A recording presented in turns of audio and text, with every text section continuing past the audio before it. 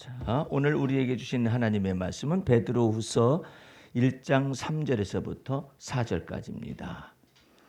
그의 신기한 능력으로 생명과 경건에 속한 모든 것을 우리에게 주셨으니 이는 자기의 영광과 덕으로서 우리를 부르신 자를 알므로 말미암음이라. 이로써 그 보배롭고 지극히 큰 약속을 우리에게 주사 이 약속으로 말미암아 너희로 정욕을 인하여 세상에서 썩어질 것을 피하여 신의 성품에 참여하는 자가 되게 하려 하셨으니. 아멘.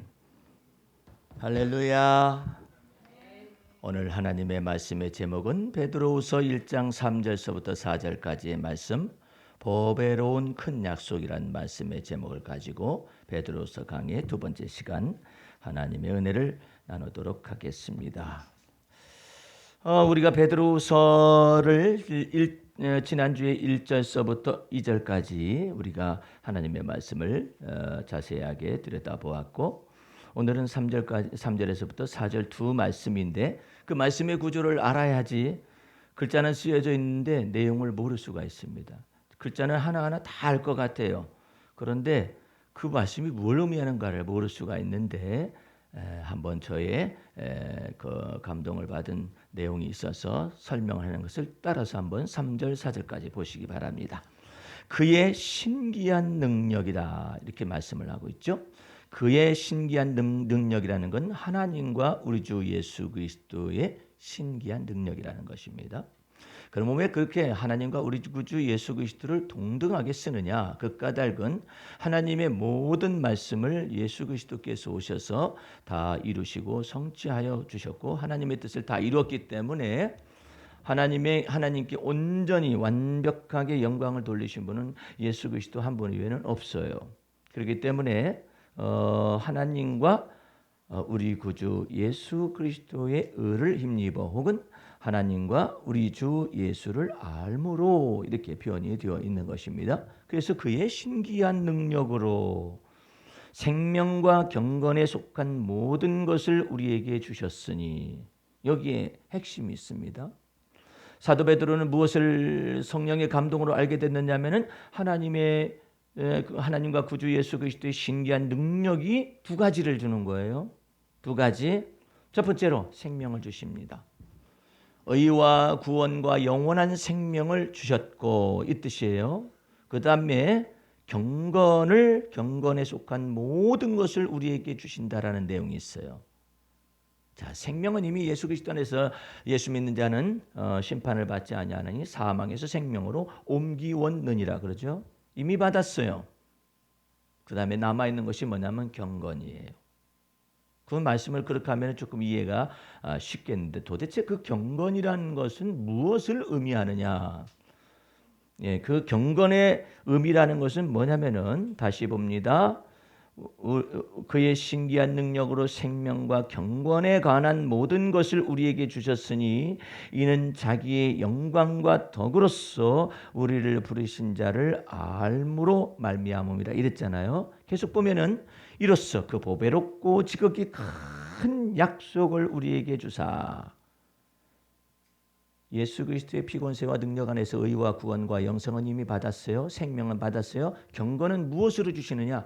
약속으로 주신, 약속으로.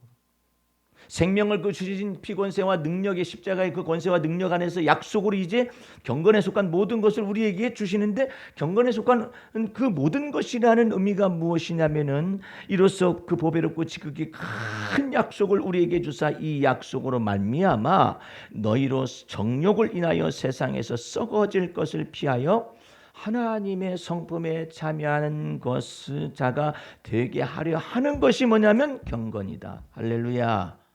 어렵지 않죠.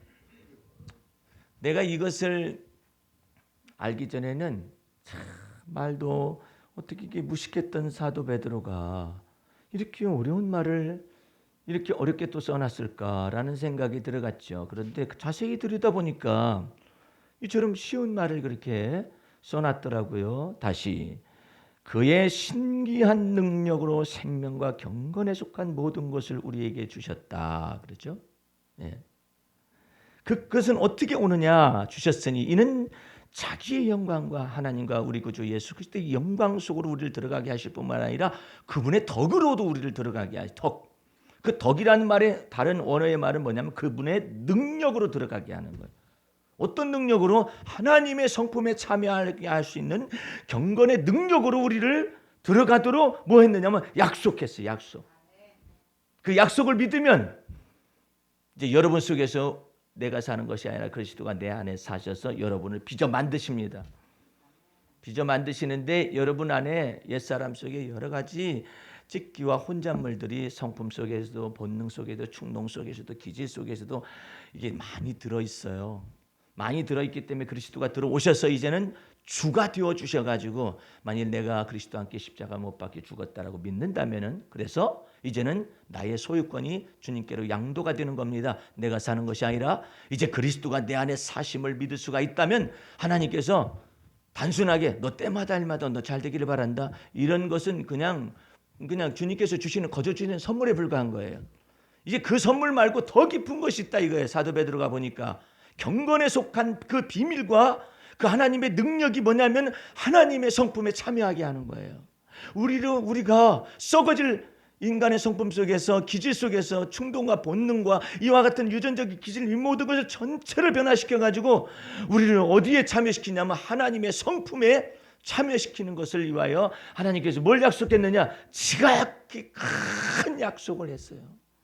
근데 이것을 버리고 있는 거예요. 그 한국교회는 뭐만 좋아하느냐? 때마다 일마다 잘 되면 좋아해요. 때마다 일마다 축복받으면 돼요. 때마다 일마다 응답받으면 돼요. 그것이 전부인 줄 알아요. 그러면 상급은 받을 수가 있어요. 근데 무엇을 못 받느냐? 면류관이 없어요. 면류관. 어떤 장로님이 시골에서 있는 교회 장로님이 도무지 헌신을 안 하다가 어쩌다 자기 집안에서 개가 새끼를 낳아가지고 개를 한 마리 예배당에다 갖다 놨다잖아요. 그래가지고 그분이 주님 나라에 가셨더니 개털 모자를 씌워주더라고 그러더니 주님께서. 그러니까 우스꽝스러운 이야기인 듯 싶은데 우리는 그런 수준 속에서 하나님이 경건의 약속을 한 것이 아니라 내가 사는 것이 아니라 그리스도가 내 안에 사신다라고 믿으면 그 그리스도가 들어오셔가지고 이제 새로운 작업을 하셔요. 작업을 하셔요. 경영을 하셔요. 우리 속에서 매니지먼트가 이게 막 이루어지고 경영을 하시는 거. 어떤 경영을 하냐면 내 성품을 변화해서 하나님의 성품으로 바꾸는 작업들을 기질을 바꿔요. 기질을 뭐 우울질에서 무슨 다혈질을 바꾸는 건 아니에요. 피를 바꿀 수는 없잖아요. 그런데 그 기질 속에서 약점을 담당하시고 우리 연약함을 약점을 담당할 그 기질을 새롭게 만들어요. 예? 내가 오늘도 기도실을 여러분이 주보에다 게시하면서 내가 무슨 생각한 줄 아세요? 글을 몇 번을 써진 글을 읽으면서 참 아름답다 그 생각을 했어요. 그 내가 나르시즘처럼 나를 칭찬한 것 같죠. 근데 나 자신의 이전 날의 내 삶을 생각한다면 아름답다라는 말은 자화자찬이 아니에요. 이건 하나님을 찬미하는 내용이에요. 나는 너무나도 어두운 기질을 가지고 있어요. 우울한 기질 속에서 우울한 기질만 있으면 그래도 나아요. 우울 증세가 왔었어요. 그 우울 증세가 와 있었던 그런 것 속에서 나는 봄날이라는 것을 희망차거나 아니면은 화려하거나 이런 것들을 생각해 본 적이 없어요. 늘 그늘진 내 성품과 늘 그늘진 성품 속에서 우울하고 그런 성품 속에서 살던 사람이 있었어요. 그런데 그러면 나는 왜 이런 기도실을 씁니까? 여기엔 두 가지 이유가 있어요. 하나는 자유를 주신 하나님께 감사를 하고 또 한 가지는 내가 받은 자유를 어떻게 기도실을 통하여서 사람들의 우울한 기분도 혹은 아니면 겨울에서 이제는 봄철로 돌아오는 이와 같은 계절의 바뀜 속에서 내가 생각과 아니면 내 마음을 어떻게 표현해서 이와 같은 환절기를 넘어설 수 있을까? 그것은 내게 임재하신 하나님의 영광이었고 내게 임재하신 하나님의 은혜였었는데 이것을 어떻게 나눌 수 있을까? 그리고 이와 같은 계절의 바뀜 속에서 우울한 기분도 느껴질 수 있고 우울한 감정도 느낄 수가 있는데 이 모든 것들은 어떻게 시어로 표현이 되어져서 내 마음속에서 침잠되거나 아니면 우울한 기분 속에 떨어지지 아니하고 이 새로운 계절을 맞을 준비를 할 수 있을까? 그런 가슴들을 준비하기 위하여 이런 기도시를 쓰는 거예요. 그러면 이는 여러분들을 위한 것이기 전에 곧 나 자신을 위한 거예요. 계절의 바뀜 속에서 많은 사람들이 죽습니다. 여러분들 가을철에서 겨울철로 넘어오잖아요. 그때 많이 사람들 죽습니다. 그다음에 계절의 바뀜 속에서 많은 사람들이 감기를 앓고 감기를 앓는 것 속에서 많은 사람들이 폐렴 증세가 나타나지 그래가지고 죽기도 하고 그렇습니다. 이 환절기라는 것은 이 계절병을 만들어내기에 충분한 그런 것들이 있어요. 그래서 몸이 바뀌고 마음이 바뀌지 않으면은 이 계절에 적응을 못해요. 예. 그래서 나는 언제나 저항력이나 면역력이 떨어진 상태가 우울증이라는 그런 것 속에서는 언제나 면역력이 떨어져 있기 때문에 쉴 사이 없이 병균이 내 면역 기능을 연약한 것을 틈을 타 가지고 침투해 가지고 나는 언제나 계절병을 시즌 디지즈라고 그러는데 이 계절병이라는 것들이 나를 괴롭혔었거든요.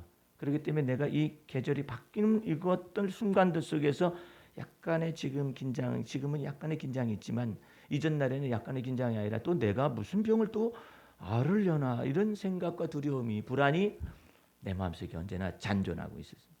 이 모든 것에서 벗어나게 하신 그 주님은 나를 어떻게 해서 벗어나게 하셨으며 우리는 이 계절들을 어떻게 이해를 해서 또한 우리가 하나님의 은혜 가운데 어떻게 이 계절들에 대한 내 생각과 두려움이나 불안이라든지 이 모든 것들을 주 앞에서 다 쏟아내가지고 이와 같은 것들을 화려한 봄날이라든지 주님이 준비하시는 바 이 싱그러운 계절을 맞이할 준비를 할 수 있을까?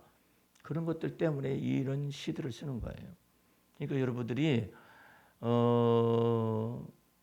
나는 결코 단순한 사람이 아니었어요. 아주 복잡다단한 감정과 기분을 가지고 있는 그런 사람이었었는데 그런 사람들 속에서 주님이 나를 변화시켜서 시어들을 이렇게 내주시고 그 시어들을 여러분의 글에 담아가지고 전달할 때 어떤 사람들은 오늘 글을 읽은 많은 사람들이 엄청나게 이 그 SNS에서 막 좋아요라는 것을 많이 눌렀는데 이 내용을 한번 잠깐 보시기 바랍니다. 예, 봄날의 환희. 지난번에 뭐 봄날이라는 게 굉장히 많이 나온 것 같습니다. 그래요. 하도 빨리 안 오니까 이 탄핵 사건 때문에 탄핵 사건뿐만 아니라 검찰에 이제는 불려나가게 됐잖아요. 소환 조사가 앞에 놔두고 5월 대선이 있기 때문에 이 봄이 잘 안 와. 예, 안 와. 지금 매화꽃은 많이 폈어요. 남쪽에는요. 아주 많이 폈어요. 근데 여기 북쪽에까지 이르려면은 아직 조금 시간이 남아 있는데 지금 꽃망울이 살짝 펴고 있어요. 예, 이 북쪽에서도 이런 때 봄날의 환희를 미리 생각해 보면서 이 글을 쓰게 된 것입니다. 주께서 오게 하시는 생동하는 새로운 계절은 아름답고 심히 아름다워서 은밀히 매력 있는 자태를 뽐낸다. 주님의 선물로 오시는 봄날은 무뎌진 삶을 생기나게 하고 두뇌와 가슴에 활기를 불어넣어 희망이라는 신기한 삶을 선물한다. 겨우내 숨죽인 담쟁이 넝쿨이 내게 속삭이기를 난 겨우내를 넘어 따스한 봄날을 기다리고 있어요. 인생은 담쟁이 넝쿨 사이로 비친 길이 좁고 협착한 아름다움. 비록 꽃은 담고 있지 않지만 담벼락의 순수한 녹색 덩굴의 매력을 해맑은 수채화로 물들이고 있었다. 꽃망울이 깃든 매화는 꽃샘 추위로 시샘을 받지만 결코 춘서를 두려워하지 않는다. 뿌리로부터 치솟는 봄 물기운은 교만한 동토의 계절 속에서도 화려한 봄날을 예약하고 겨운에 움츠린 삶 속에 성급한 두근거림을 선물한다. 서투른 봄날의 풍경들은 계절의 시작을 환호하게 하고 겨운에 시달려 어색한 몸짓들은 입가에 미소를 살며시 머금게 한다. 그대의 가슴 속에 벌써 봄은 왔는가? 그대는 계절의 여왕을 맞이할 가슴 설레임이 준비되어 있는가? 마음속에 수줍은 봄꽃을 피워 아지랭이와 종달새 노랫소리에 봄날의 향기 실은 전령을 기대하는가? 철없는 애벌레가 나른한 봄을 깨우니 자그마한 날개를 장착한 허접한 벌레가 시험비행으로 귀여운 몸짓을 뽐내며 봄 햇살을 가르며 지나간다. 새로이 봄날을 주신 주님께 감사하고 성급한 봄꽃들의 매력에 취해 겨우내 세월의 아픔을 잊게 하시니 새봄 맞이할 상큼한 가슴을 준비한다. 제가 이 기도시에 쓰게 된 근본 어떤 동기 유발이 뭐가 됐느냐면요. 어느 날 한 2주 전에 새벽에 운동을 하고 있는데요.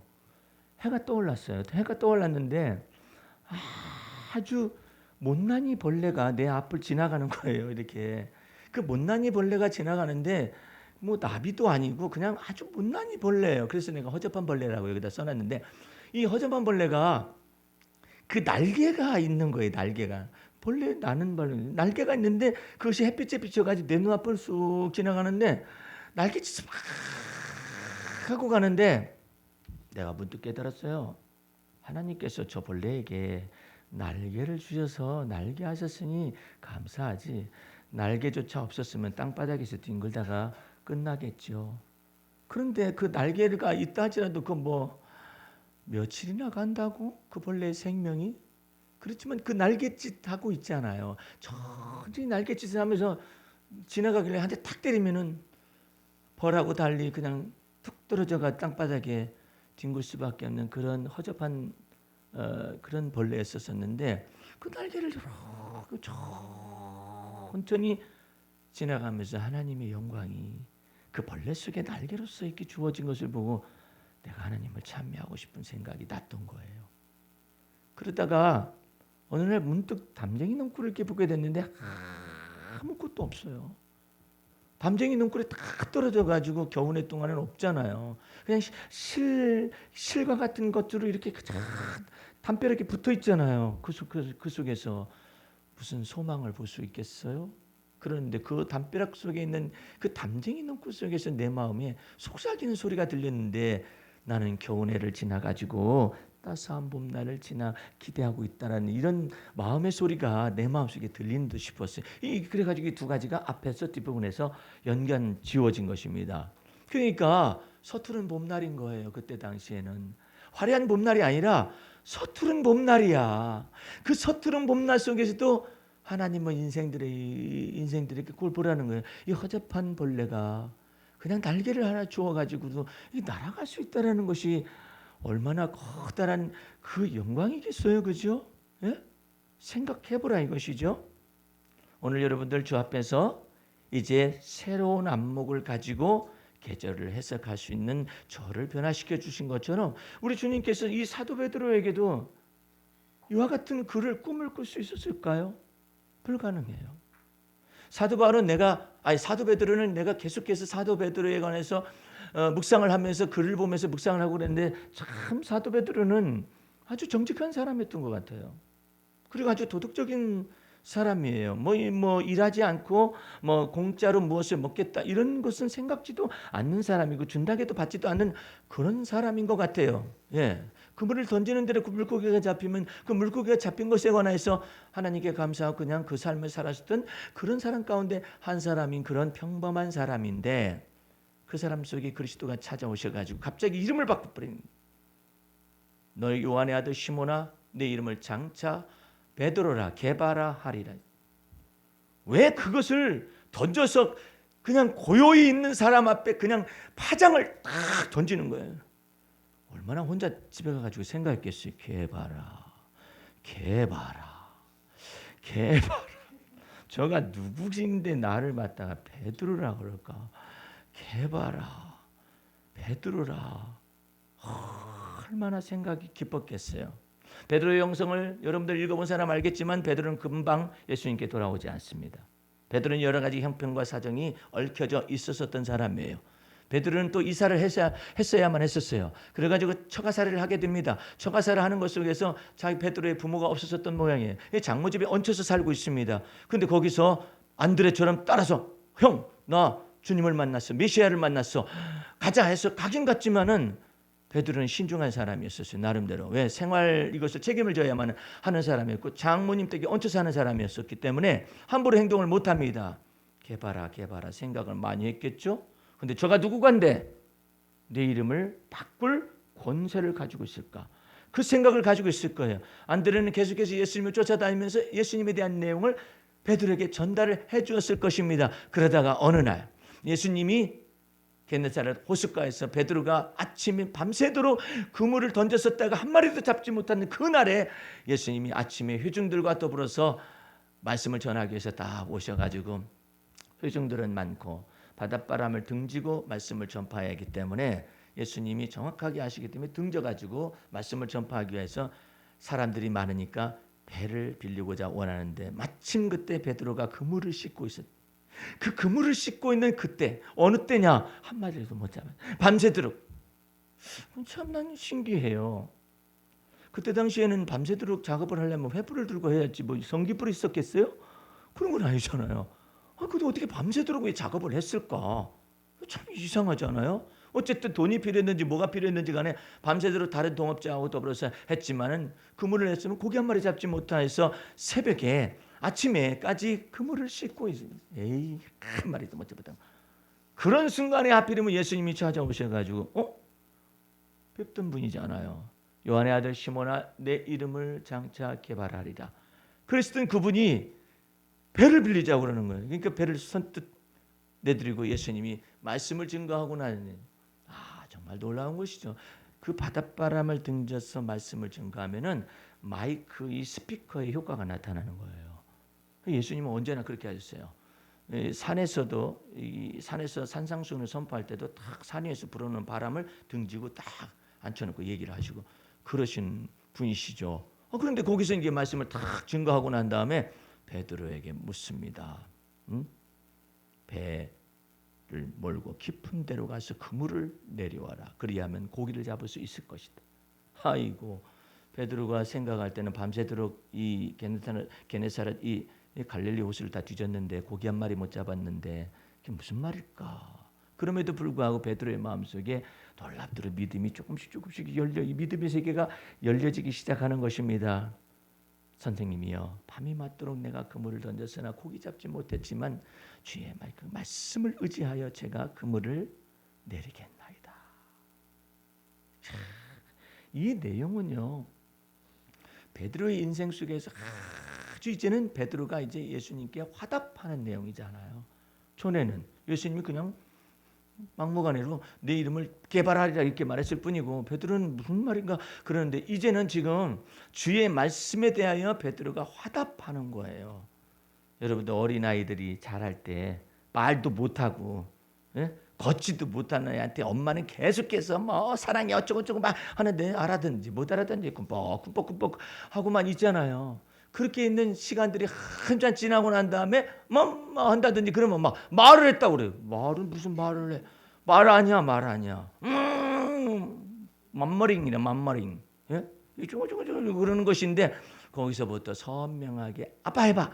그때 아빠 그러면 아빠도 아니고 아버지도 아니고 그런데 할아버지가 보실 때는 말했다고 그 아버지가 볼 때는 천지가 개벽됐다. 그렇게 생각할 수 있을 때는 베드로가 말을 하는 거예요. 화답을 하는 거예요. 이게 굉장히 중요한 것입니다. 우리 주님께서 우리 안에 들어오셔서 우리를 만드시고 난 다음에 주님께서 받고 싶은 내용이 있어요. 다윗은 그 내용을 너무나 잘했죠. 나의 힘이 되신 여호와여 내가 주를 사랑하나이다. 얘기해요. 여호와가 나의 목자시니 내가 부족함이 없습니다. 얘기해요. 그 주님이 얼마나 기쁘셨겠어요. 예? 그런 것처럼 베드로가 이야기를 하는 겁니다. 내가 말씀을 의지하여 그물을 내리겠나이다. 베드로는 여태까지 그런 말 해본 적도 없고 누구한테 명령 받은 적도 없어요. 그런데 말씀을 의지하여 제가 그물을 내리겠나이다 말하셨더니 고기가 너무나 많이 잡혔잖아요. 그런 것 가운데서 주여 나는 죄인이로소이다 탁 무릎을 꿇어요. 우리 같았으면은 야 고기 많이 잡혔다. 이거 진짜 메시아 아니냐 이랬을지 모르는데 고기하고 상관없이 베드로는 주여 나는 죄인이로소이다. 그게 더 놀라운 자백이에요. 이 고백이거든요. 이런 것 속에서 주님 앞에서 이제 선생님이여 해서 주예로 딱 바뀝니다. 그때 주님께서 하시는 말씀이 다음과 같은 말입니다. 너 날 따라오너라. 내가 너를 사람을 낚는 어부가 되어지게 만들 것이다. 그 이후로부터 베드로가 3년여 동안의 주님을 쫓아다니면서 연단과 훈련을 거쳐서 드디어 이와 같은 언어들이 나오고 있는 거예요. 이 성숙한 언어들이. 예? 보세요. 참. 3절 말씀 다시 보세요. 그의 신기한 능력으로. 뭐가 그렇게 신기했을까? 자기를 보니까 신기하잖아요. 베드로 자기를 보니까 너무 신기한 거예요. 아니 주님께서 날 따라오라 하시더니 나를 사람 낚는 어부가 되어지게 만드시겠다고 말씀하시더니 그 신기한 능력으로 나를 만드셨어요. 그렇지 않으면 어떻게 해요? 고기 잡는 어부에 불과했었어요. 근데 나를 만드셔. 주님께서 만드시겠다. 내가 너 만들겠다. 이게. I will make you fisherman. 내가 만들겠다. 너를 그냥 주목하고 훈계해가지고 만들겠다 이거예요. 작정한 거예요. 노지사님이 아프다고 그래가지고 기도를 하지 않으면 안 될 수는 없었어요. 기도를 하는데 저기에 뭐가 있느냐면은 뚝심이 있어요. 저 여자가 자그마한 여자가 뚝심이 있어가지고 끝까지 해봐 이런 게 있어요. 근데 그 뚝심을 딱 끊어놔야 오직 주님 이게 돼. 이게 너무나 막 의지가 투철하잖아요. 꺾어지지가 않으면은 그거 꺾기가 해서 주님께서 몸에 가시를 딱 쳐요. 예. 그 뚝심이 사람마다 다 있어요. 그 뚝심을 다른 말로 하면 고래 심줄과 같은 것이 아주 말없는 사람들은 고래 심줄이 있고요. 아주 그냥 내성적인 사람은 속에 고래 심줄이 있어요. 꺾이는 듯 싶지만 안 꺾이는 게 있어요. 도덕적인 사람은 고래 심줄이 더 커요. 그냥 도덕적으로 자기가 깨끗하게 삶을 살아왔다 이것이지 주께서 보실 때는 허접한데 그것을 갖다가 자기의 어떤 것은 이게 딱 심장부에 딱 세워가지고 그것이 뭘 만들어내죠? 판단을 해요. 도덕적 판단을 막 해요. 예? 베드로도 그런 사람 가운데 한 사람이 있었어요. 자 생각해 보세요. 다른 제자들은 다 버려둬요. 저는 안 버리죠. 베드로가 얼마나 의기양양하게 얘기했겠어요. 베드로가 근거 없이 그랬을까요? 안 그래요. 목숨까지도 바칠 준비가 됐다 이거예요. 예수님이 말을 하죠. 다른 제자들 모든 제자들이 다 나를 버릴 것이지만은 너희들 속에서 미리 얘기하는 까닭은 너희가 다 나를 버리고 난 다음에 평안을 잃지 않기 위해서 내가 평안을 너희에게 주노라. 그런 줄 알아라. 그랬더니 다른 제자들은 다 버려둬요. 저는 안 버리죠. 예수님이 한술 더 뜨셨어. 네가 오늘 닭이 울기 전에 3번 나를 모른다고 부인하리라. 내가 죽을지언정. 고래 심줄 나온다. 내가 죽을지언정 주를 버리지 아니하겠나이다. 주를 부인하지 않겠나이다. 이게 있어요. 그 이상한 사람이 한 사람 나타났대 또. 홍 무슨 대선 후보라는 사람이 말해요. 뭐 어쩌면 자기 목숨을 걸더라고. 어떻게 방송에다 그렇게 목숨을 걸어? 참 그거요 함부로 할 일이 아니에요. 어떤 목사도 그래. 박근혜가 탄핵되면 자기 자살해서 죽겠대. 이상한 사람 봐봤네. 아니 왜 박근혜가 탄핵되는데 왜 자기가 자살을 해 목사가 돼가지고? 이상한 사람들이 다 있어요. 에? 아니 박근혜가 자기 그 목사님을 위해서 피를 흘려 죽었어. 세상 죄를 담당하고 갔어. 그 사람 얘기는 뭐냐면 박근혜가 뭐 먹은 거 있네요. 먹은 것은 없지. 가정이 있네. 가정은 없지만은 먹은 것도 없고 뇌물도 직접 받아서 자기가 챙긴 것은 없지. 그러나 뇌물 공여죄가 있어요. 이제 화요일 날에 이와 같은 것들이 또 재판이 기다리고 있습니다만은 어쨌든 그렇다고 해가지고 말이에요. 박근혜가 탄핵되면 자기가 죽겠다는 말이 그 자살하겠다는 말이 되는 말이냐 말이에요. 주를 위해서 살아도 주를 위하여 죽어도 주를 위하여 그러면 좀 이해가 가. 뭔 소리를 하고 있는지 이상한 정신들이요. 이 목사가 됐든 뭐가 됐든 이상한 거예요. 다 지금 이상한 시대예요. 상황이. 이런 때 여러분들은 이 베드로를 속에서 주님께서 임자에 오셔가지고 베드로를 막 만드는 거예요. 너 속에 고래 심줄 같은 것이 있는데 그거 깨뜨려 부셔야 한다. 에? 아니래. 네가 오늘 3번 나를 부인할 것이다. 아닙니다. 내가 감옥에도 결정하였고 가기로 준비하였고 죽는 데까지 따라가기로 결심했나요? 아니 주님께서 아니라면 우리는 말씀하시면은 그런가 보다 그렇게 우리는 하잖아요. 안 그래? 내가 주를 위해서 모든 걸 다 버리고 다 주를 쫓았습니다. 예? 근데 제가 주님을 버릴 거라고요? 제가 주님을 부인할 거라고요? 모르시는 소리를 하고 계시네. 결국은 와장창 깨트려 부서졌잖아요. 와장창 깨트려 부서지고 난 다음에 자기 자신의 도대체가 이 도덕적 의지가 아무런 소용이 없는 거예요. 주님 보시기에. 이게 뭐냐 이거 나라는 인간 자체가.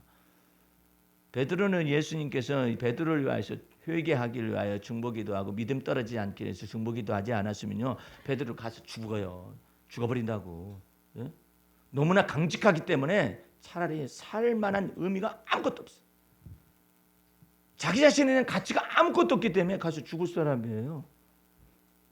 근데 주님께서 믿음 떨어지지 않기를 위하여 기도하니까 베드로가 울며 통곡하는 거예요. 그 통곡했다는 울며 밖에 나가 울며 통곡했다는 그 의미가 울며 통곡 내자밖에 안 되지만 이게 얼마나 많은 시간 동안을 나라는 인간이 도대체가 이 인간은 어떻게 생겨먹은 인간이냐. 사실은 제자들이 전부 다 그 마가의 다락방에 모여 있었던 것 같아요. 그 예수님이 부활하시기 전까지 그냥 다들 울고 있었어요. 그러나 베드로는 거기서 올 수 없어요. 바깥에 나가서 막 통곡하면서 우는 거예요. 나라는 인간 막 다 부정해. 입술과 그 다음에 혓바닥과 이 전체가 다 부정해요. 다 더러워. 다 더러워. 예수님 처음 만났을 때 주여 나는 죄인이로소이다 말하셨던 그 내용이 무엇인가를 그 현장 속에서 바닥까지 딱 뒤집어 가지고 딱 보여주는 그 삶의 이와 같은 처절한 현장 속에서 자기 속에 남은 것은 뭐냐? 주님께서 나를 깨뜨려 가지고 주 앞에서 나를 사람 낚는 어부가 되어지게 만들다라는 의미가 얼마나 깊은 의미를 가지고 있을까? 그 베드로의 자존감을 완전히 깨뜨려 부시고 난 다음에 이제 주님 만나잖아요. 너 날 사랑하느냐? 내가 주님을 사랑하는 것을 모든 것을 주님께서 아시오매 내가 주님 사랑하면서 이제는 주께서 아시죠. 뒤집어 보세요. 만약에 우리 사랑 같으면 빈정거리면 이랬을 거야. 아니 네가 뭐 나를 부인하지 않겠다고 했잖아. 비꼬가지고 모든 것을 아시잖아요. 네가 다 한다고 했잖아. 제가 주님 사랑하는 걸 이제는 주님께서 하십니다. 네가 몰래 안다고 그랬었잖아. 내가 감옥에도 가는 데까지 따라오겠다. 이렇게 말할 수 있을 것인데 주님은 모든 것을 주님께서 하시오매 내가 주님 사랑하는 것 그것까지도 이제 주님께서 하십니다 하니까 마음속에 탁 들어온 거예요. 주님의 마음속에. 그렇지 이제 알았니? 넌 나를 떠나서 아무것도 스스로 할 수가 없다. 그거 가르치기 위해서 밑바닥까지 완전히 고래 심줄이 얼마나 깊었던지 확 파가지고 불러버려. 그런 고래 심줄들이 여러분 속에 각자가 있어요. 부드러운 사람 같죠? 더 강해. 도덕적인 사람 같죠? 더 강해. 그 깨트려 부시기 위해서 주께서 숱한 시련과 환난을 집어던져도 무슨 뜻인지 모르니까 그냥 맞고만 있는 거야. 나 맷집이 강합니다. 주여 때리시옵소서. 때리시옵소서. 더 맞아도 때려. 어떤 사람은 죽여. 그런데 그것을 왜 주님께서 주시는 바 이 모든 것들을 왜 자기 의지로 견뎌내려고 그래요? 그럼 어떻게 돼요? 자기 의지로 견뎌내려고 해서 이제 좀 지나가요 또? 그러면 아무 소용이 없어. 주님과 나하고 아무 상관이 없어요. 내 의지로 막 견디면 돼. 때리려면 때리고 죽이려면 죽이고 살려면 살. 그게 아니라 주님께서 뭐냐면 네가 사는 것이 아니라 내가 네 안에 살기 위하여 너 자신의 이와 같은 것을 전부 다 포기하라는 것이다. 포기하고 주님께 순종하라는 것이다. 이거 가르치기 위해서 그런 것이거든요. 그것이 뭐예요? 경건의 능력이야. 우리 구주 예수 그리스도가 내 안에 들어오셔서 내 성품과 기질을 확 바꿔버리겠다는 거예요. 여러분들 기질이라는 것은 뜻째 내려오는 겁니다. 유전적인 기질로. 그게 하루 아침에 변해요? 불가능해요. 안 돼요. 예? 주님께서 이때 나를 갖다가 나로 하여금 나는 날마다 그리스도 안에서 죽으라고 주께서 말씀하시는가 보다 생각을 하고 그 신기한 능력 속에서 이 십자가를 받아들여야 해. 주님께서 나보고 이때 죽으라고 하는구나. 응? 주님께서 나를 죽이기 위해서 이 쇠코칭을 확 쑤셔버리고 있구나. 이런 것을 알아야 다른 사람이 책망을 할 때 저 인간이 왜 저러는 거야? 그게 아니라 저 사람을 통하여 하나님께서 나를 갖다가 죽이시려고 작정을 했구나라고 말할 수 있고 생각할 수 있어야 해요. 다윗 좀 보세요. 다윗이 쫓겨갈 때, 압살롬에게 쫓겨갈 때 시므이라는 사람이 나타나가지고 이 피를 흘린 자여, 이 사악한 자여, 이 비루한 자여 하면서 돌멩이 던지고 먼지근을 던지면서 가거라 이 저주받은 자여 욕하고 막 티끌을 날리고 돌멩이를 던졌었잖아요. 저주하고. 그랬을 때 다윗이 온전히 그것을 해석합니다. 저거 뭐야? 저 인간이 왜 저러는 거야? 이게 아니라 처음에는 화가 날 듯 했지만은 그 속에서 하나님이 다윗에게 들으라는 소리가 있었다는 것을 해석을 하잖아요. 가만두어라. 내 몸에서 난 자식 압살롬도 나를 죽이려 하거든. 하물며 사울의 족속에 있는 저 사람이야말로 얼마나 나를 죽이고 싶어 하겠느냐. 예? 저 사람이 내게 욕을 하는 것은 저 사람이 하는 것이 아니라 하나님이 저 사람을 동원해 가지고 다윗에게 욕하라 한 것이 아니며 저주하라 한 것이 아니냐. 이걸 다 받아들입니다. 다 받아들여요. 지금 박근혜 씨가 살아남을 수 있는 비결이 있어요. 헌법재판소에서 판결을 내린 것을 다 인정하면 돼. 인정하지 않잖아요? 변호사 잘못 쓴 거예요. 인정하지 않으면은 구속 처분을 할 수밖에 없어요. 불구속 기소를 하더라도 설사 은전을 베풀어 가지고 전 대통령이기 때문에 불구속으로 처리를 해서 기소를 해서 하더라도 결국 구속수가 될 수밖에 없습니다. 여기서 살아남는 비결이 뭐냐? 헌법재판소의 재판에서 전부 다 말했잖아요. 예? 이거 뭐 그 기소를 위해서 불소추 국회의원들도 전체 다 우리 다 헌법재판소에서 결의에 다 같이 복종한다. 다 같이 이 모든 일에 관해서 이의를 제기하지 않는다고 다 반대쪽에서 다 얘기, 박근혜 쪽에서 얘기하고 전부 다 얘기했잖아요. 그래서 복종을 해야 하잖아요. 복종하지 않으면 뭐예요? 반란이야? 역도고. 그걸 모르는 거야. 그걸 몰라. 그리고 박근혜가 변호사들이 뭐 어떠고 이의가 있으면 이렇게 말한다 할지라도 헌재 결정에 나는 따르기로 한다. 내가 어쨌노라. 이 시인을 하면은 자비를 베풀 수가 있어요. 전직 대통령의 예우를 할 수가 있어요. 근데 그 시인을 하지 않잖아요. 재판정에서 판사들이 가장 기분 나쁘게 생각하는 것이 뭐냐면 너 이런 죄가 있다 그러는데 나 없는데요? 이렇게 말해요. 교도소에서 있는 사건도 그렇다는 거예요. 너 무슨 죄 짓고 왔어? 그러면 저는 죄 없습니다. 그러잖아요. 패라.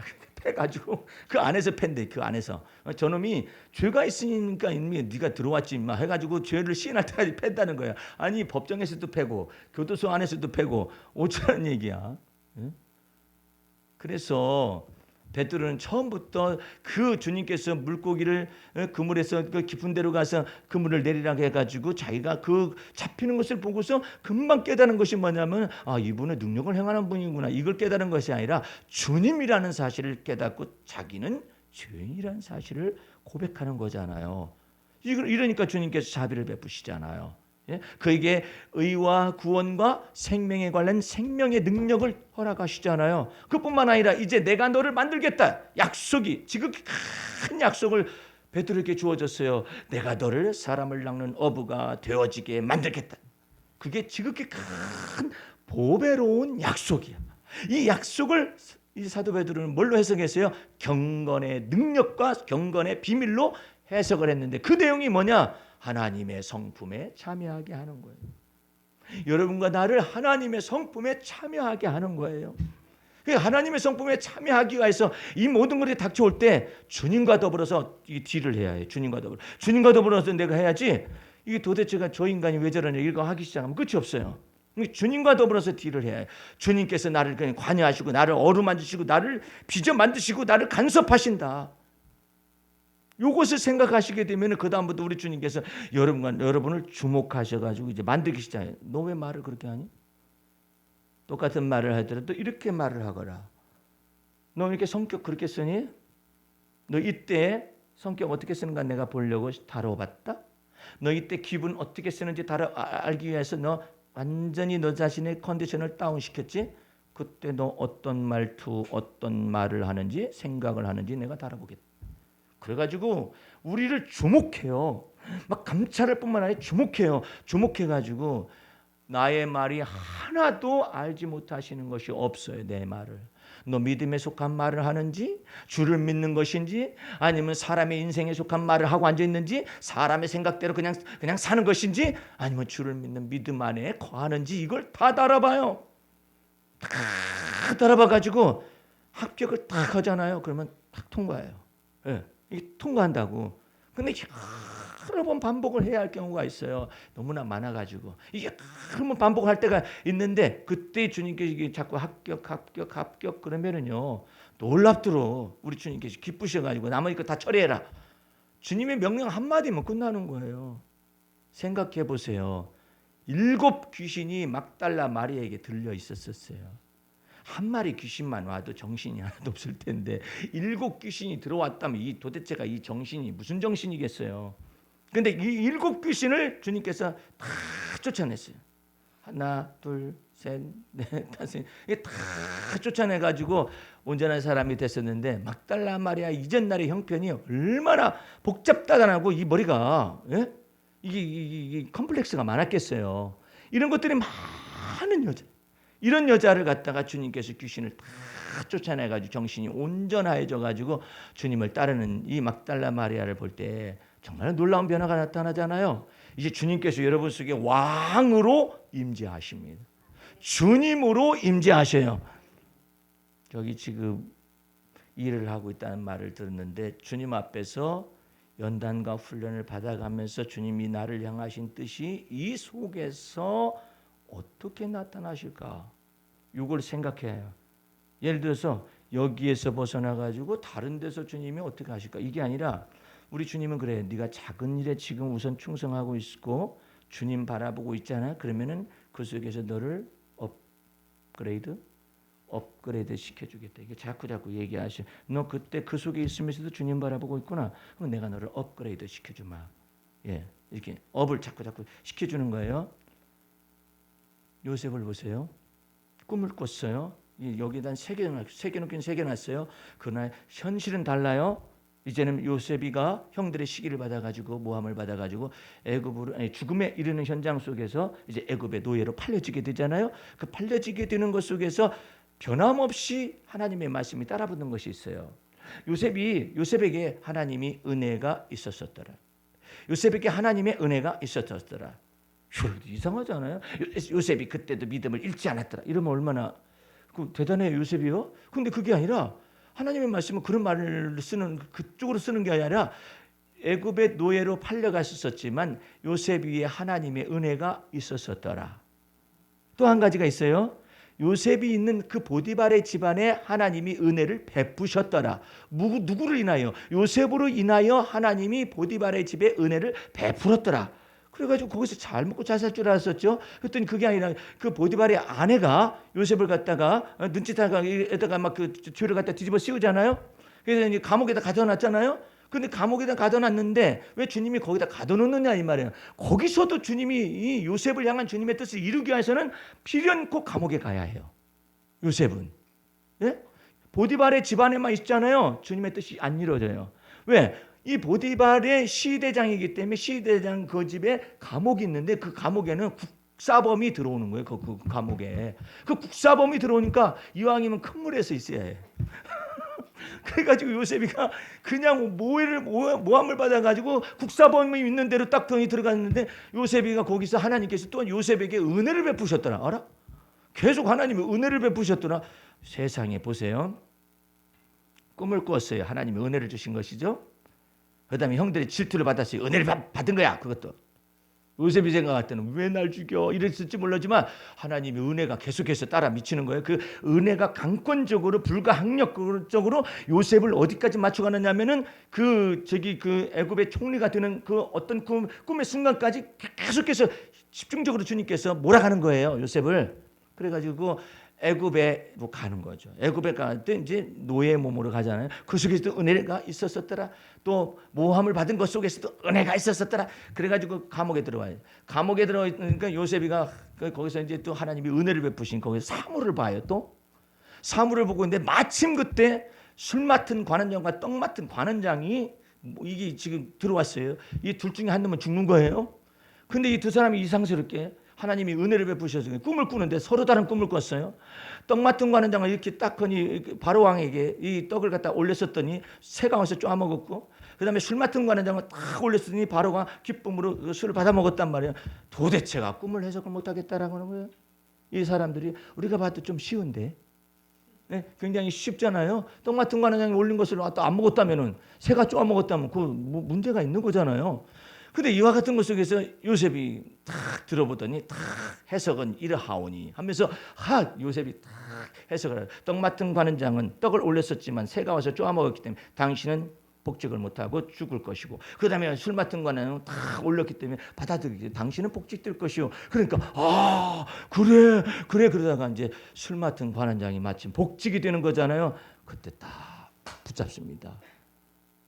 바로 앞에 서게 되면 내가 얼마나 억울한 일 당해가지고 이런 여기에 지금 있는가를 생각하시고 나를 좀 바로 왕에게 얘기해 나를 여기서 벗어나게 해달라고 했더니 하나님이 은혜를 베푸셔가지고 술 맡은 관원장이 까마득하게 까먹게 만들어요. 그것도 은혜야. 에? 그것도 은혜라니까는. 그래가지고 이제 얼마 지나갔어요. 얼마 지나갔는데 바로 왕이 하필이면 또 꿈을 꿨는데, 야 그냥 막 거대한 7년 풍년 7년 기근에 관련된 꿈을 꿨는데 해석을 못하네. 근데 그 해석을 하지 못하니까 그때서야 생각이 나네. 술 맡은 관원장이 왕이시여, 제가 이전날에 여차여차 해가지고 감옥에 있었는데 거기 히브리 소년이 나한테 이렇게 꿈을 해석했는데 그 히브리 소년의 꿈의 해석대로 제가 복직되어가지고 오늘의 이 자리에 섰었나이다. 제가 허물을 추억하나이다. 그 소년을 데려오면 좋겠습니다. 그래서 당장 데려와라. 그래 히브리 소년이 딱 앞에 요셉이 딱 서가지고 왕이시여, 하나님이 내게 주시는 바 꿈의 해몽을 갖다 들으시옵소서. 그래가지고 요셉이가 쫙 해석을 해야 됩니다. 그랬었더니 와, 너의 꿈 해석이 정말 다른 술객들과 마술사들 해석 못하는 걸 어찌 너한테 이렇게 지혜와 총명이 있느냐 해가지고 이 요셉을 갖다 다 애굽의 총리로 세웠는데, 여러분들 17살 때 꿈꿔가지고요 30살 때 애굽의 총리가 됐어요. 대단하죠. 그 다음부터 이 요셉이가 다 총리의 인장반지 끼고 말해요. 이 총리만 타는 황금마차 쫙 타고요. 예? 자기 아버지가 자기 아들 죽은 줄 알았는데 믿지를 않아. 그러니까 황금마차 딱 보내버려. 황금마차 타고 오시옵소서. 그때서야 야곱이가 지팡이 머리에 의존해가지고 하나님을 경배했어요. 해와 달과 별이 11별이 자기를 향하여서 절하더라는 말씀이 응답된 거예요. 오늘 여러분들 주님께서는 여러분의 삶 속에서 내가 이 환경이 아니고 다른 사람 환경이 있으면 얼마나 좋았을까, 꿈도 꾸지 마세요. 그게 아니에요. 지금 내 환경 속에서 나의 나됨을 주님은 만드시기 위해서 이 환경 속에 있게 하시는 거거든요. 이 속에서 주님 바라보기 시작하잖아요. 그러면 주님이 나와 더불어 함께 계시는 증거들을 그 삶 속에서 보여주기 시작하면서 주님이 이제는 업을 시켜요. 업을 시켜요. 부모를 바꿀 생각하지 마세요. 부모를 바꿀 일이 아니에요. 부모를 바꿀 일이 아니라 주님께서 이 속에서 우리 집안의 모든 멍에를 내게 짊어지고 주와 더불어 걷게 하시는가 보다 생각해 보세요. 이거 다 들러 엎어버릴 수가 있습니다. 삼손을 보면 희한하죠. 삼손을 잡기 위해서요 블레셋 사람들이 막 성문에 매복을 하고 있었어요. 나오기만 하면 죽이자. 성문에 다 매복을 하고 있었거든요.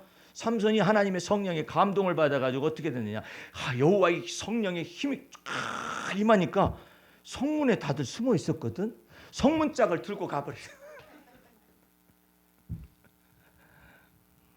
성문짝을 들고 가버리니까 거기서 지켜있다가 이게 어떻게 된 거야?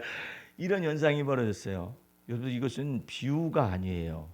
뭐냐면은 리브가가 이삭의 아내로 더커니 이제 들어가잖아요. 그 집안에, 아브라함의 집안에 들어가잖아요. 들어갈 때 하나님께서 리브가에게 선포하시는 말씀이 있어요. 너는 대적의 문을 얻을 것이며 원수의 성문을 얻을 것이니라.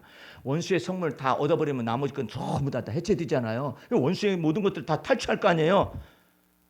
여러분들 놀라지 마세요. 하나님의 은혜가 하나님의 사람에게 임하면 그 여자가 들어올 때 이 여자 때문에 집안이 망하는 것이 아니라 이 여자는 어떤 여자냐? 축복과 기원을 할 때 원수의 성문을 탁하니 얻으며 대적의 문을 송두리째 두들겨 부실 수 있고 그 속에서 모든 탈취물들을 얻을 수 있는 그런 여자로 축복을 했어요. 그 놀라운 역사가. 그 축복이 누구에게 내려갔느냐? 계속해서 내려가다가 룻에게로 딱 들어옵니다. 룻에게 딱 들어올 때 이방 여자인 모압 여인 이 룻에게도 그 믿음을 그대로 받아들였잖아요. 어머님의 하나님이 내 하나님이며 어머님의 백성이 나의 백성이며 어머님 가시는 것이 나도 가고 어머니 유하시는 것이 나도 유하고 어머님 장사되는 것이 저도 장사될 것입니다 해서 모압과 그 신과 그 백성들을 떠나서 베들레헴 땅으로 들어왔었을 때 그때 보아스를 만나게 되잖아요. 그 보아스를 만나서 결혼할 때 리브가에게 베풀었으는 그 모든 원수의 성문을 너를 통하여 얻게 하시기를 원하노라. 이와 같은 축원이 그대로 나타나요. 여러분들은 여자이기 전에 하나님의 사람입니다. 여러분들 남자이기 전에 하나님의 사람입니다. 그 하나님의 사람으로서 여러분을 불러가지고 원수의 성문을 얻기까지 주님께서 여러분과 함께 거하실 것인데 이게 뭐냐? 내가 네게 천국 열쇠를 주노니 지옥의 권세가 너를 이기지 못하리라. 이것을 주셔서 여러분과 내 속에서 아예 너를 갖다 원수의 압제가 있는 아예 압제를 들고 가버려라. 아니 생각해봐요. 삼손 옆에서 자 성문에서 시켜가지고 다 매복해가지고 잡아 죽이자 나오면 죽이자 그런데 갑자기 성문이 들려가지고 아니 이거 뭐 다 도망가버렸어. 다 도망가. 예? 삼손에게 말해요. 힘이 여호와의 성령의 권능이 임하니까 나귀 턱뼈를 가지고 1,000명을 다 때려 죽였다. 생각해봐요. 나귀 턱뼈 가지고 1,000명을 다 블레셋 원수들을 다 죽였다니까. 예? 얼마나 능력이에요. 그것을 다윗은 아는 그 영광과 하나님의 영광과 하나님의 능력으로 말미암아 신기한 권능이 나를 이렇게 베드로를 이렇게 만들었다 이거예요. 요한의 아들 시몬을 이처럼 시몬 베드로가 되기까지 주님께서 떠나지 아니하시고 나와 함께 하신 하나님, 나의 환난 가운데 언제나 함께 계셨던 그 하나님, 그걸 고백을 하고 있는 거예요. 이 얼마나 놀라운 거예요. 어디까지 우리를 보장하시느냐? 내가 썩어질 성품을 피하여 정욕을 변하여 하나님의 성품에 참여하기까지 약속을 했어요. 약속. 내가 너를 떠나지 아니하리라. 약속했어요. 생각해봐요. 우리가 살면 앞으로 100년 이상 살 사람이 그리 많지 않는. 산다 해도 다 늙어서 이제 꼬부라지고 그냥 처치해주고 그럴 수가 있겠죠. 모르죠. 줄기세포로 막 이런 데도 덕지덕지 돼가지고 어떻게 맞춰나다 보면은 막 이상한 얇다 하든지 간에 사람으로 남아있을지도 모르죠. 그러면 뭐하죠? 천년의 갑절을 산들 무슨 소용이 있죠? 하나님의 성품에 참여한 것이 없는 거야. 속사람이 변화해서 오냐고 안정된 심령에 썩지 아니할 것으로 너희 마음을 단장하라 그랬잖아요. 이게 시몬 베드로가 한 말이에요. 그 사람이 본래 그런 사람이었어요? 아니에요. 무리를 걷다가 확 빠졌다가 그냥 이게 그냥 뭐 주를 부인하지 않겠다 3번씩이나 부인. 이거 뭐 도대체가 이 사람을 다 둘러엎어서 들여다보니까 허물이 너무나 많아요. 그런데 우리 주님께서 그 사람을 다 훈련하고 연단해가지고 무엇을 그 속에 만들어내냐? 온유하고 안정된 심령에 썩지 아니할 속사람을 만들어냈어요. 할렐루야. 무엇이 이게? 하나님의 성품에 참여하게 하는 지극히 큰 약속이에요. 여기저기 신집사 와가지고 있는데 생각해봐요. 아니 내가 지금 이 나이 되도록 요리를 하고 뭘 만들고 그러다가 또 내가 60이 돼서 이거 만들 것이고 70이 돼서 은퇴하나? 그럼 이거 만들다가 은퇴네? 인생이 무의미한 거예요. 그런데 우리 주님께서 내 속에 아이디어를 주시는 거예요. 내 속에 나와 더불어 함께 계시는 주님에 관하여서 생각하는 거예요. 그리고 주님께서 내 이 삶 속에서 나를 더 높은 차원으로 인도하실 그 주님을 바라보는 거예요. 나의 믿음의 주요 나를 온전케 하시는 예수를 이 삶의 현장 속에서 바라보는 거예요. 이걸 떠나서 바라보려고 하면은요, 그냥 남의 밥그릇이 그냥 큰 거예요. 예.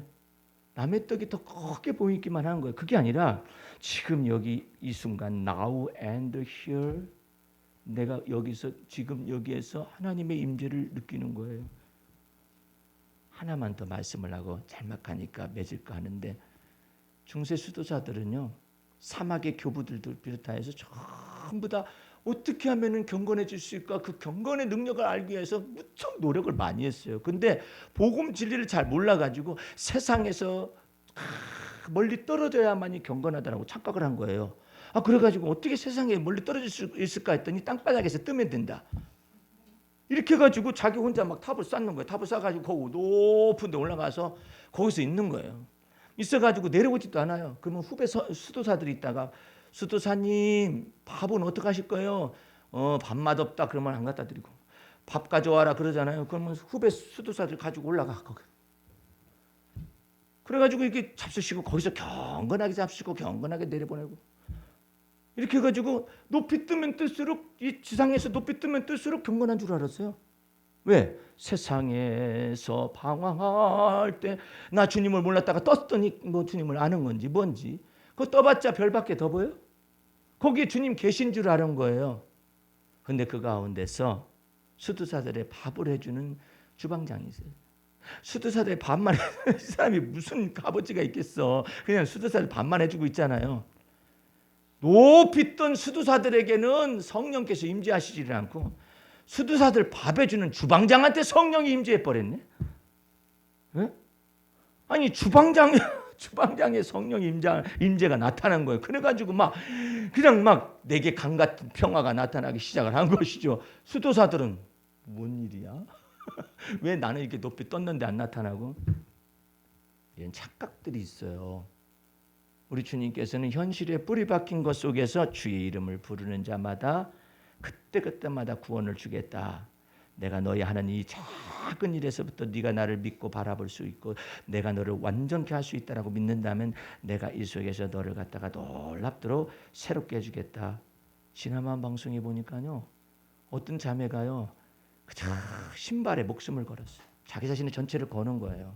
신발에 목숨을 거는데, 신발 사람들이 많은데 도대체 제가 어떻게 하면 자기가 신발에 관련된 업계에서 종사하다가 이것은 아니다. 자기 자신 속에 꿈이 생겼어요. 그래가지고 미아찾기 운동 신발을 갖다 개발한 거예요. 미아찾기 운동. 그럼 어떻게 하면 미아를 갖다가 신발을 통해서 미아를 찾을 수 있을까? 그래가지고 생각하다 보니까 여기에다가 이와 같은 저런 그 칩을 갖다 내장을 시키는 거예요. 칩을 갖다 내장시키되 무슨 말랑말랑한 그런 그걸 내장을 딱 시켜가지고 거기다 딱 되면은 된 순간에, 신발에 된 순간에 이 아이가 어디서 출생했으면 이것이 쫙 나오는 거예요. 예. 이것을 나와가지고 내가 이것을 창업하려면은 어디로 갈까? 신발의 메카인 부산으로 가야겠다. 부산으로 간 거예요. 부산으로 가지고 이제 창업하기 시작하려고 하는데 되긴 되는데 여러 가지 애기들 신발들을 된단 말이에요. 이게 잘 돼요. 잘 되는데 하필이면 생년월일 뿐만 아니라 저기 핸드폰 번호가 다 뜨잖아요. 그러니까 이것을 갖다 없애는 것을 해가지고 되긴 되지만은 뭐 특별한 어떤 장치를 해야만이 되는 이런 것들을 만들어가지고 딱 출시를 했는데, 야, 이게 미아찾기 운동 이 신발 조그마한 애기들 신발인데 이게요, 예? 발명품 학회에 나가가지고 막 금상을 타고 막 이런 놀라운 일들이 있거든요. 그 쥐가 신발업계에 종사하고 있으면서 그 속에서 하나님이 아이디어를 막 주시는 거예요. 예? 얼마나 놀라워요. 시대가 이런 시대예요. 이런 시대 상황 속에서 그때 그 삶의 현장 속에 주님을 바라볼 때 주님께서 나를 들어가지고 탁 옮겨버려요. 주님께서 들여다가 옮기면은요 존귀하게 돼요. 그런데 주님께서 들여다 옮기지 않고 지가 가려고 하잖아요. 박근혜 장나요. 아주 모본이야, 모본. 이 나라 속에 이 모본이라는 게 모본. 이 현장이 말이에요. 그래서 헌재에서도 이 국가의 장래와 미래를 위하여서 탄핵을 갖다가 결정을 한 거잖아요. 오늘 여러분들 주 앞에서 하나님의 은혜가 여러분 속에 크게 신기한 능력으로 여러분을 붙잡을 거예요. 그거 생각해. 신기하도다. 신기하고 놀랍도다. 주께서 나를 선택하신 듯 신기할 뿐만 아니라 경건에 관련된 그 약속이 신기한 거야. 그 신기한 능력으로 여러분을 갖다 이끌어 가실 거예요. 신기한 능력으로 여러분을 이끌어 가신단 말이에요. 그것을 마음속에 생각하면 삶의 놀라운 생생함이 여러분의 삶 속에 넘쳐날 수 있기를 주의 이름으로 축원합니다. 기도하겠습니다. 우리 하나님 아버지 감사 찬미 올립니다. 주께서 우리 생애 속에서 임재하여 오셨다라는 것은 만왕의 왕이시며 만주의 주가 되시며 만유의 주제가 되신 주님이 우리 안에 임재하신 것을 믿습니다. 이제 그 신기한 능력과 덕망과 하나님의 영광을 통하여 우리를 빚어 만드시기 위해서 들어오셨사오니 주의 뜻대로 하시옵소서. 모든 말씀을 예수님 이름으로 기도하였습니다. 아멘.